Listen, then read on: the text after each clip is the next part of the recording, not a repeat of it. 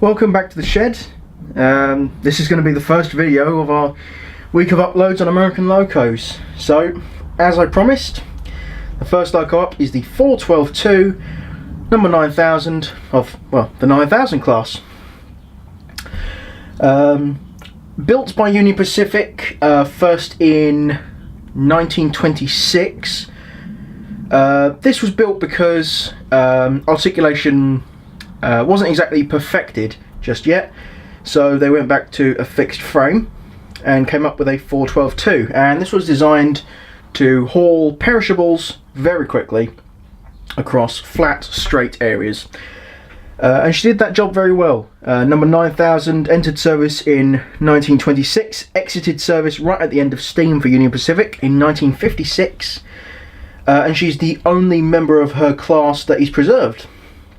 And she does look very, very American, and I can put that down to about three reasons, really.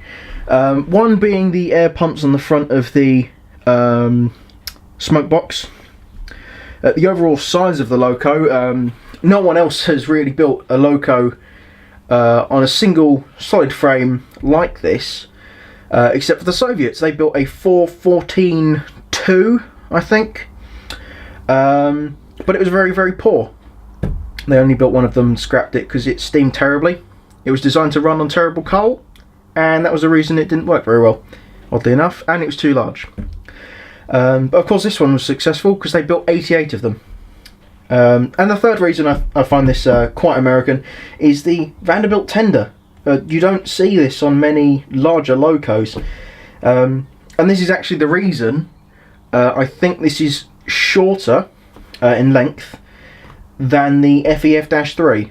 The tender is the main reason for that. I think if this had received a centerbead tender like the FEF, Challenger, Big Boy, I think it would be about the same length as the FEF. Now, the actual model form of this is of course made by MTH. They're not the only people who make them in HO gauge. Broadway Limited's imports, they do one, and there's a big difference. The MTH one is actually articulated. The real thing wasn't, but MTH have had to do so, and I don't find it terribly bad. It's noticeable, it's very noticeable on the curves, but honestly I don't care. It's a very nice model, and if it's a workaround to run such a nice model, I don't mind. Of course there's certain people who do want it to look accurate, and I understand that. I don't know how Broadway Limited imports have made it so they don't need articulation. Maybe they've made these two middle drivers flangeless, like the 9Fs in England have.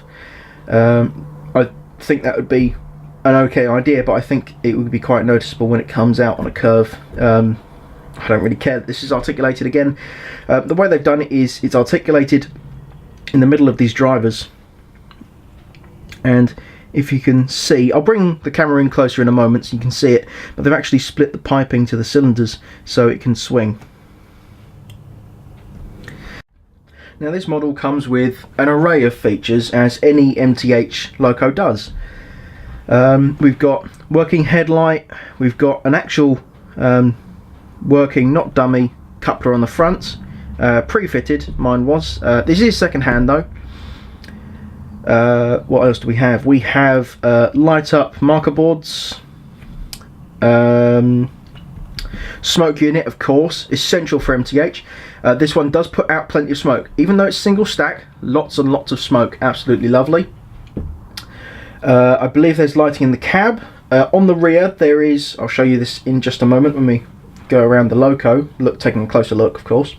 There are lights on the rear, and there are some marker lights just behind the coal load. Speaking of which, it is a real coal load, absolutely lovely.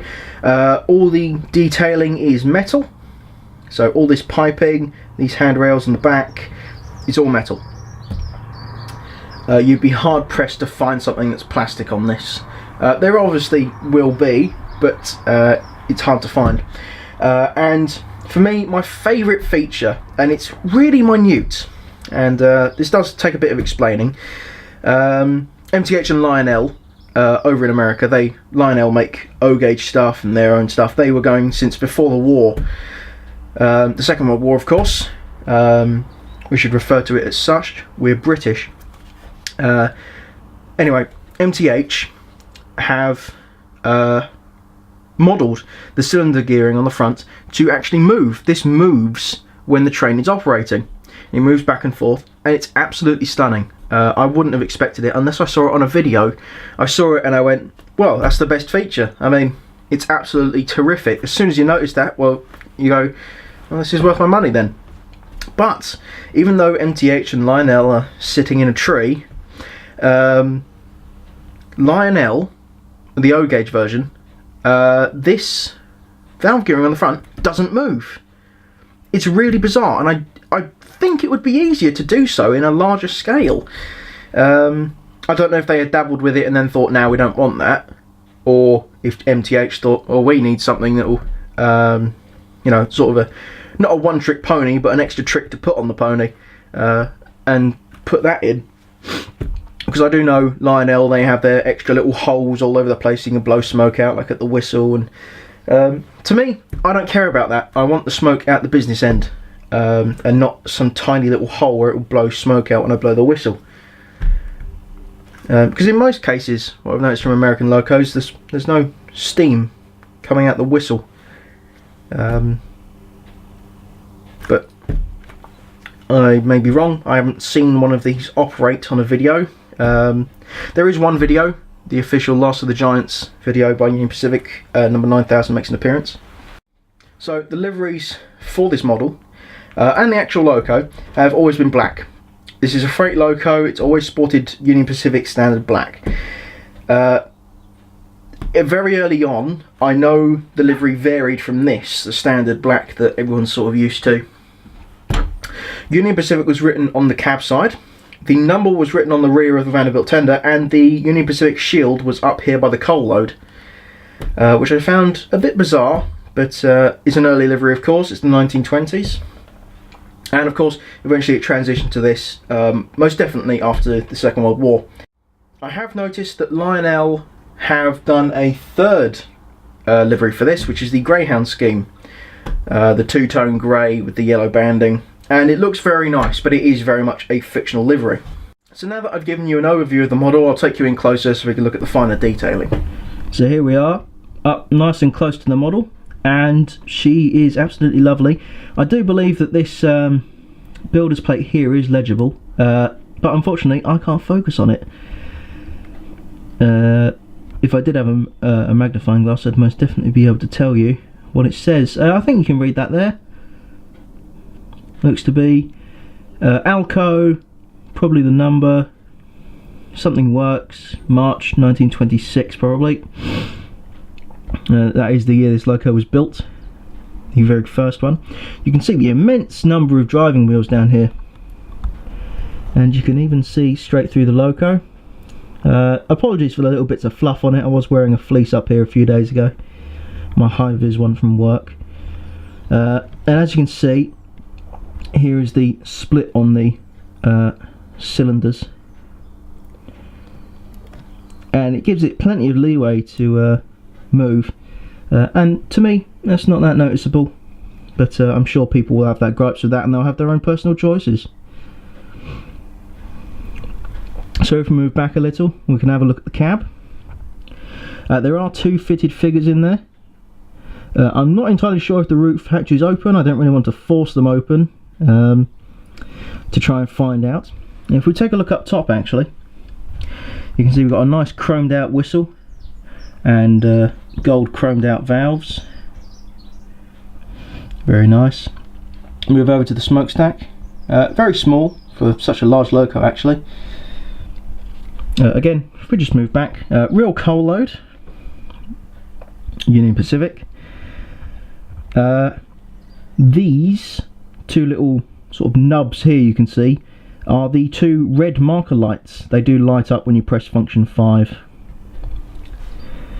And on the rear we've got a top light and a lower red light for when you're reversing and going forwards, of course. Oh, and the coupler. It's essential. If we just take a look at the front as well, the amount of detailing on here is insane. And again, these parts down here at the front of the cylinders, they do move. I'll try and get a good shot of that when I'm running it. So now that I've taken you around the loco, I suppose we should fire her up. So I've moved the camera back a little and we're ready to fire her up. Now we're going to be using an NCE power cab. This is affordable, 100 quid on the market, and it's very reliable. We've had this for many years and we've had no problems with it. Nice big red emergency stop button, just in case you might have a collision. Now I've already programmed an address for the loco. If you want to program a long address, you need to program CVs, and I can't be asked for that, so I've gone with a short address, which is between 1 and 128. Now, of course, 00 isn't exactly a good number to program, so I've gone with the number 9, the only non-zero number she has. So now we want to start her up. So for that, we press function 3.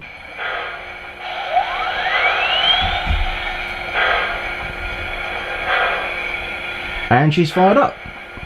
So by default, she'll have the smoke unit on. Now, since we've got her started up, I'll just pop over here and grab the good old instruction manual. Now if we flick through this, we can find the instruction sheet. So looking at this,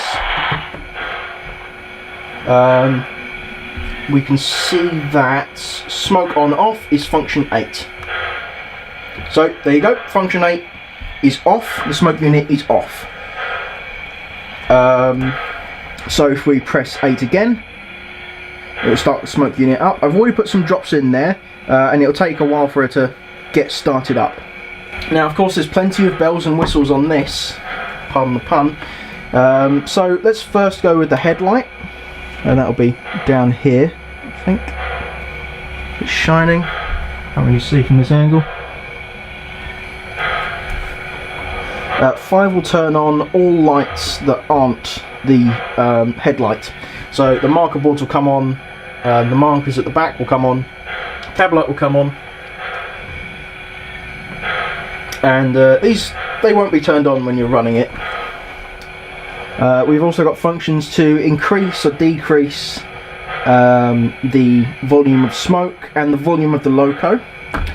We've got forward moving signals and reverse moving signals.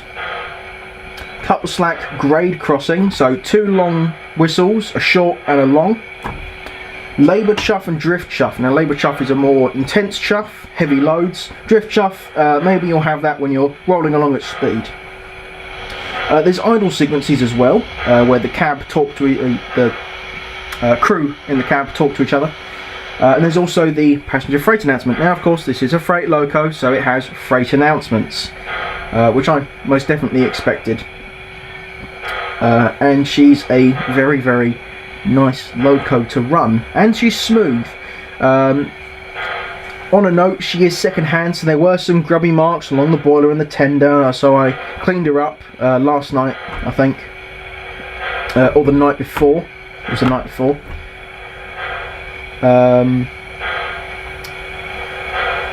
And I also oiled / greased, lubed, whatever have you, the axles on the tender. They were squeaking a little, and I have just noticed the smoke unit's now warmed up. So I'll tell you what we'll do. We'll roll her backwards, we'll do a little bit of shunting, and we'll give her a run, and I'll demonstrate most, if not all, of the sound functions. So let's change her direction, blow the whistle for reverse signal with function 10, and roll her backwards.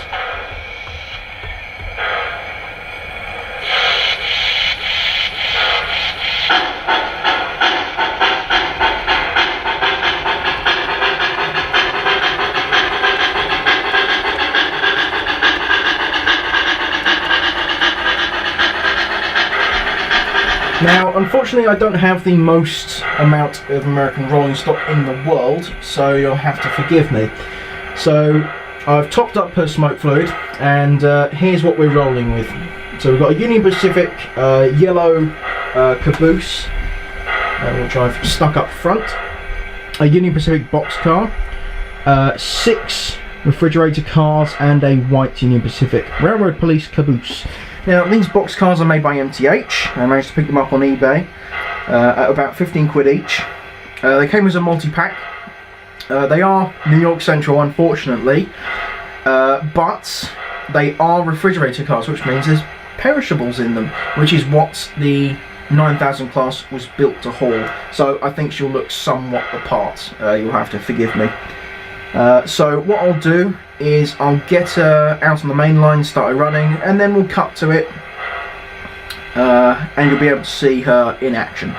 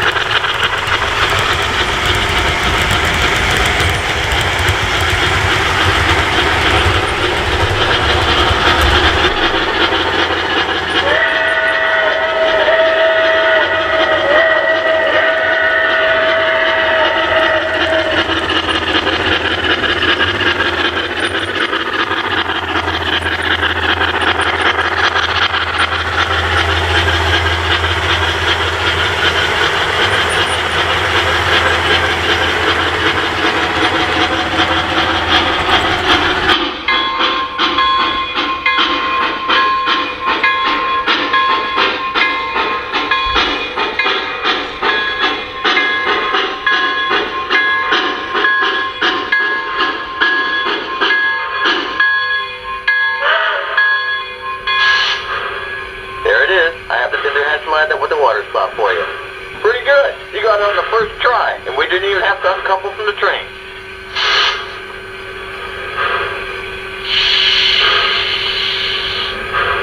Well, quit wasting all the time. Let's save this and fill the tank. Okay, I'm on it.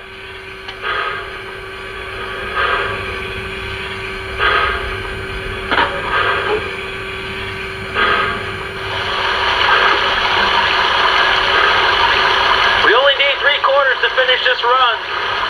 Okay, 3/4 it'll be.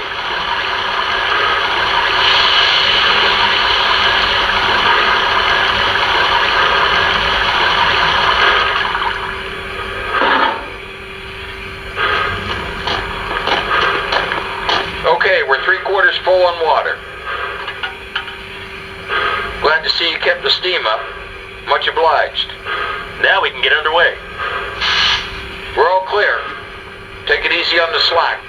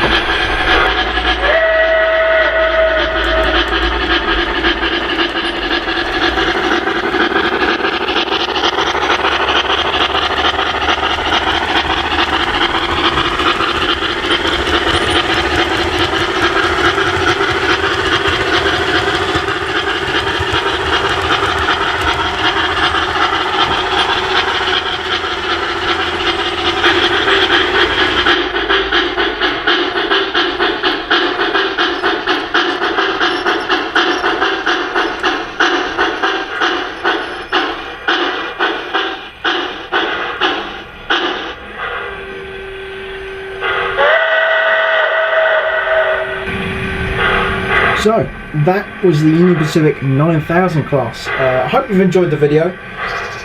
Next video will be the Union Pacific Challenger. If there's anything else you may have questions about this loco, don't be afraid to comment.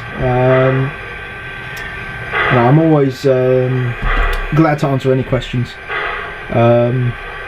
Hopefully